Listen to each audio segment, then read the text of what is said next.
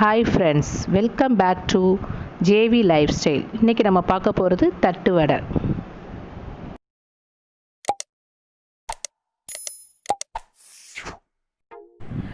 First ஒரு cup பச்சரிசி மாவை நல்லா சலிச்சுக்கோங்க. இது கடையில் வாங்கின பச்சரிசி மாவு தான். கடையில் வாங்கினாலும் சரி, வீட்டில் அரைச்சாலும் சரி, அதை நல்லா ஃபஸ்ட்டு சலித்து நைஸாக எடுத்துக்கணும்.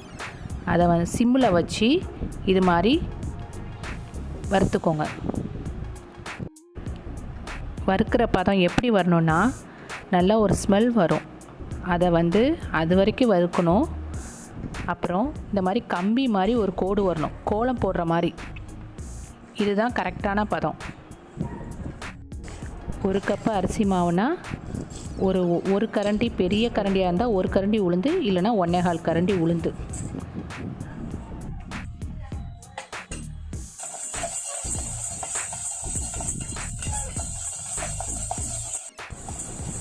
அதே மாதிரி உளுந்தையும் நல்லா பொன்னிறமாக உளுந்து ஸ்மெல் வர வரைக்கும் வறுத்துக்கோங்க.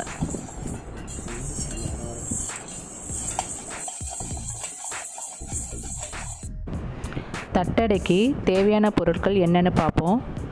ஒரு கப்பு பச்சரிசி மாவு எடுத்துக்கிட்டால், ஒரு கரண்டி உளுந்து, ஊற வச்ச கடலைப்பருப்பு அது ஒரு சின்ன கரண்டியில் எடுத்தால் போதும். ஒரு ஸ்பூன் மிளகாத்தூள், மிளகு 2-3 நுணுக்கி வச்சது 1 ஸ்பூன், பெருங்காயத்தூள், கருவேப்பிலை.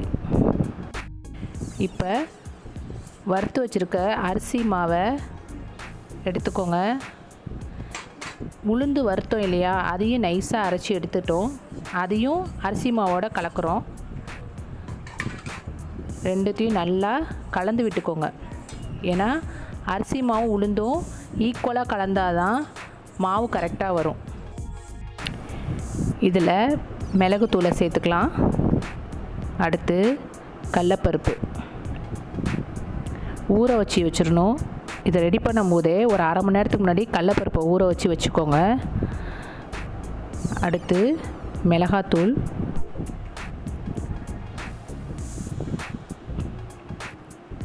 பெருங்காயத்தூள் கண்டிப்பாக சேர்க்கணும். ஏன்னா எண்ணெயில் செய்கிற பலகாரத்துக்கு பெருங்காயத்தூள் சேர்க்குறது நல்லது. அண்ட் தென் கருவேப்பிலையை குட்டி குட்டியாக பிச்சு போட்டுக்கோங்க.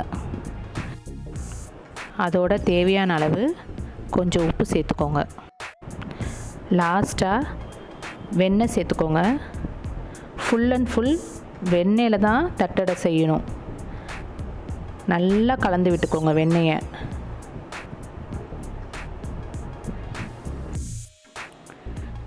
இப்போ கொஞ்சம் கொஞ்சமாக நம்ம தண்ணி சேர்த்துக்கிறோம். தண்ணி நிறையா ஊற்றிடாதீங்க.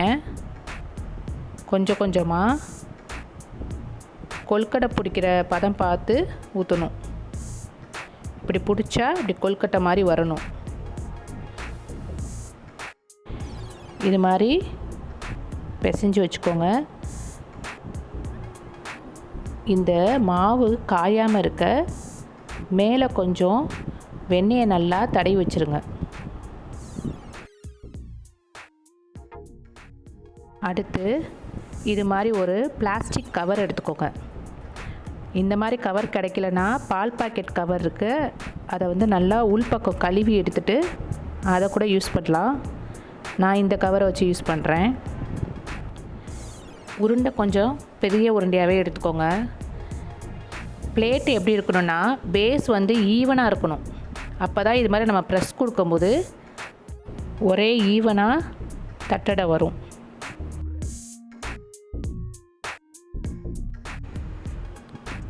இப்போது சின்ன மூடியாக எடுத்து இது மாதிரி சின்ன சின்ன தட்டடையாக எடுத்துக்கோங்க. நான் பெருங்காய டப்பாவோட மூடி எடுத்திருக்கேன். இந்த சைஸ் போக இந்த எக்ஸ்ட்ரா பீசஸ்லாம் இது மாதிரி எடுத்துட்டுருங்க. நெக்ஸ்ட் டைம் செய்யும்போது இந்த மாவை அப்படியே யூஸ் பண்ணிக்கலாம். இந்த திக்னஸ்க்கு இருக்கணும். இப்போ நம்ம பேனில் எண்ணெயை ஊற்றி எண்ணெய் சுட்டோன்னே தட்டடையை ஒன்று ஒன்றா போடுறோம். இப்போது இதுக்குள்ளே நம்ம வச்சு சாப்பிட்ற ஸ்டஃப்பை பற்றி சொல்ல போகிறேன்.